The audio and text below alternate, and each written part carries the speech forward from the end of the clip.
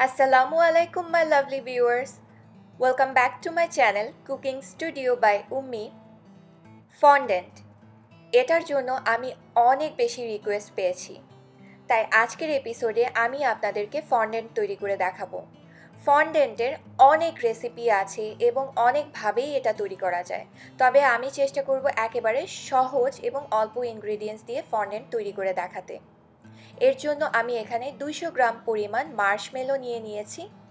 মার্শমেলোটা অবশ্যই দেখে কিনবেন যে সেটা হালাল কিনা, প্যাকেটের গায়ে হালাল লিখাই থাকে। এছাড়াও আমি এখানে নিয়েছি 2 টেবিল চামচ পরিমাণ ভেজিটেবল মার্জারিন। যদি মার্জারিন না থাকে তাহলে সেই ক্ষেত্রে ভেজিটেবল শর্টেনিং নিলেও হবে, তবে কোনোভাবেই বাটার বা রেগুলার তেল ব্যবহার করা যাবে না। বাটার আর তেল ব্যবহার করলে কিন্তু ফন্ডেন্ট নষ্ট হয়ে যাবে। এই ভেজিটেবল মার্জারিন আমি 2 টেবিল চামচ পরিমাণ নিয়েছি, কিন্তু এটা পুরো নাও লাগতে পারে। এখানে আমি 2 টেবিল চামচ পরিমাণ নর্মাল টেম্পারেচারের পানি নিয়েছি। এছাড়াও লাগবে হাফ চা চামচ পরিমাণ ভ্যানিলা এসেন্স। আপনারা ভ্যানিলা এসেন্স না দিতে চাইলে কোনোই দরকার নেই, এটা একেবারেই অপশনাল। আর আমি নিয়েছি প্রায় 500 গ্রামের মতো আইসিং সুগার। আপনারা চাইলে এটা বাজার থেকে কিনেও আনতে পারেন, চাইলে ঘরেও তৈরি করতে পারেন। কিভাবে ঘরে তৈরি করতে হয় সেটা ভিডিও আমার ইউটিউব চ্যানেলে আছে, লিঙ্ক ডেসক্রিপশন বক্সে দেওয়া থাকবে, সেখান থেকে দেখে নেবেন। আইসিং সুগার 450 থেকে 500 গ্রামও লাগতে পারে, তাই আমি 500 গ্রাম নিয়েছি। কম বা বেশি যেটাই লাগুক না কেন, নর্মালি 200 গ্রাম মার্শমেলোর জন্য 500 গ্রামের বেশি কখনোই লাগে না। এবার একটা হিট প্রুফ পাত্র নিতে হবে। এর গায়ে আমি ভালোভাবে একটু ভেজিটেবল মার্জারিন মেখে নিচ্ছি।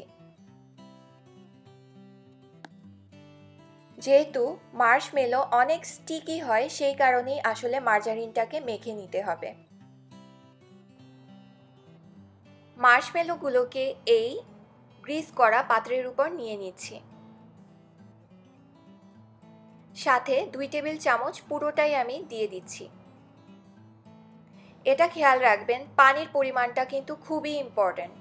প্রতি 100 গ্রাম মার্শমেলোর জন্য 1 টেবিল চামচ পানির বেশি কখনোই লাগে না। আমি যেহেতু এখানে 200 গ্রাম মার্শমেলো নিয়েছি, তাই আমি 2 টেবিল চামচ পানি ব্যবহার করেছি। এবার পানিটাকে একটু মেখে নিচ্ছি যেন মার্শমেলোর চারপাশে ভালোভাবে লেগে থাকে।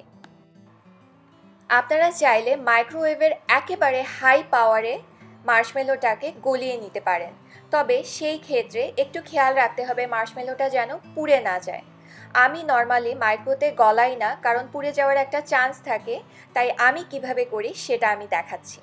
আমি একটা হাঁড়িতে পানি নিয়ে ফুটিয়ে নিয়েছি। যখন পানিটা ফুটতে শুরু করবে তখন এই মার্শমেলো যুক্ত বোলটাকে আমি পানির উপর দিয়ে দিয়েছি এবং অপেক্ষা করতে হবে যতক্ষণ না পর্যন্ত মার্শমেলোটা মোটামুটি গলে আসে। কিছুক্ষণ পরপর কিন্তু এরকম করে নেড়ে দিতে হবে। একটা পর্যায়ে দেখবেন মার্শমেলোটা এরকম গলে আসবে। ঠিক যখন গলে যাবে সবগুলো, তখন চুলাটা বন্ধ করে দিতে হবে এবং চুলার ওপর থেকে বাটিটা সরিয়ে নিতে হবে। এখন আপনি যেখানে ফন্ডেন্টটা তৈরি করবেন সেই জায়গাটা ভালোভাবে মুছে চিনিটাকে এরকম ছড়িয়ে নেবেন। আমি পুরোটা চিনি নিচ্ছি না, আমি 2 ভাগ চিনি নিচ্ছি এবং 1 ভাগ রেখে দিচ্ছি। যদি দরকার হয় আমি পরে চিনিটাকে মেশাবো। এবার মাঝে একটু গর্তের মতো করে নিচ্ছি এবং এই গর্তের মধ্যে কিছুক্ষণ আগে যে মার্শমেলোটাকে গলিয়ে নিয়েছি সেটা ঢেলে নিচ্ছি। মার্শমেলোটা গলানোর পরে বেশিক্ষণ অপেক্ষা করা যাবে না। মার্শমেলোটা গলে গেলেই সাথেই কিন্তু চিনির সাথে মিশিয়ে নিতে হবে। এবার চারিপাশ থেকে চিনিটাকে এরকম হাত দিয়ে মার্শমেলোর উপর তুলে দিচ্ছি। এতে করে মার্শমেলোটাকে যখন আপনি মাখাবেন তখন অনেক সহজেই মাখানো যায়। আর একটু সাবধানে, যেহেতু এটা গরম থাকবে তাই হাত পুড়ে যাওয়ার কিন্তু চান্স থাকে। আর মাখানোর সময় যদি মনে করেন খুব বেশি স্টিকি হয়ে হাতে লেগে যাচ্ছে, তখন সামান্য একটু ভেজিটেবল শর্টেনিং হাতের মধ্যে মেখে নিতে পারেন। আমি এবার এর সাথে ভ্যানিলা এসেন্স মিশিয়ে আবারও মেখে নিচ্ছি। আপনারা চাইলে অন্য যে কোনো এসেন্স ব্যবহার করতে পারেন, আর যদি এসেন্স না দিতে চান তাহলে কোনো সমস্যা নেই, কারণ মার্শমেলোর নিজস্ব একটা ফ্লেভার আছে এবং সেটাই ফন্ডেন্টের মধ্যে আলাদা একটা ফ্লেভার যোগ করবে। মাখাতে মাখাতে একটা পর্যায়ে দেখবেন যে এরকম আটার কাইয়ের মতো হয়ে গেছে, তখন আর চিনি মেশাতে হবে না। এরপরে এভাবে 2 হাত দিয়ে টেনে পরীক্ষা করতে হবে মার্শমেলোটা রেডি কিনা। যখন দেখবেন 3 থেকে 4 ইঞ্চি সমান লম্বা হওয়ার পরে ছিঁড়ে যাচ্ছে, সেই পর্যায়ে বুঝতে হবে যে ফন্ডেন্টটা রেডি। কিন্তু আপনি 2 হাত দিয়ে টানার পরে যদি দেখেন সাথে সাথেই ছিঁড়ে যায়, তাহলে বুঝতে হবে আরেকটু চিনি মেশাতে হবে। অথবা চাইলে এরকম হাত দিয়ে ঝুলিয়েও আপনি পরীক্ষা করতে পারেন। যদি দেখেন হাত দিয়ে ঝোলানোর পরে সাথে সাথে নিচের দিকে ছিঁড়ে পড়ে যাচ্ছে, তখন বুঝতে হবে আরও চিনি দরকার আছে। কিন্তু আমারটা দেখেন সাথে সাথে ছিঁড়ে পড়ে যায়নি, তার মানে আমারটা রেডি, আমারটায় আর চিনি মেশানোর দরকার নেই। এবার আমি হাতে আরেকটু ভেজিটেবল মার্জারিন নিয়ে চারপাশে মেখে নিচ্ছি। এতে করে আপনি যখন এই মার্শমেলোটাকে সংরক্ষণ করবেন তখন এটা ড্রাই আউট হবে না, তাই অবশ্যই চারপাশে একটু মার্জারিন মেখে তারপরে এটাকে সংরক্ষণ করতে হবে। এটাকে আপনি চাইলে এরকম ক্লিন র্যাপ দিয়ে চারপাশে পেঁচিয়ে তারপরে নিতে পারেন, অথবা চাইলে এরকম জিপলগেও ভরে রাখতে পারেন, কিংবা যে কোনো ঢাকনাযুক্ত বক্সে ভরে 1 সপ্তাহের মতো নর্মাল টেম্পারেচারে রাখতে পারবেন এবং নর্মাল ফ্রিজে প্রায় 2 থেকে 2.5 মাস রেখে সংরক্ষণ করতে পারবেন।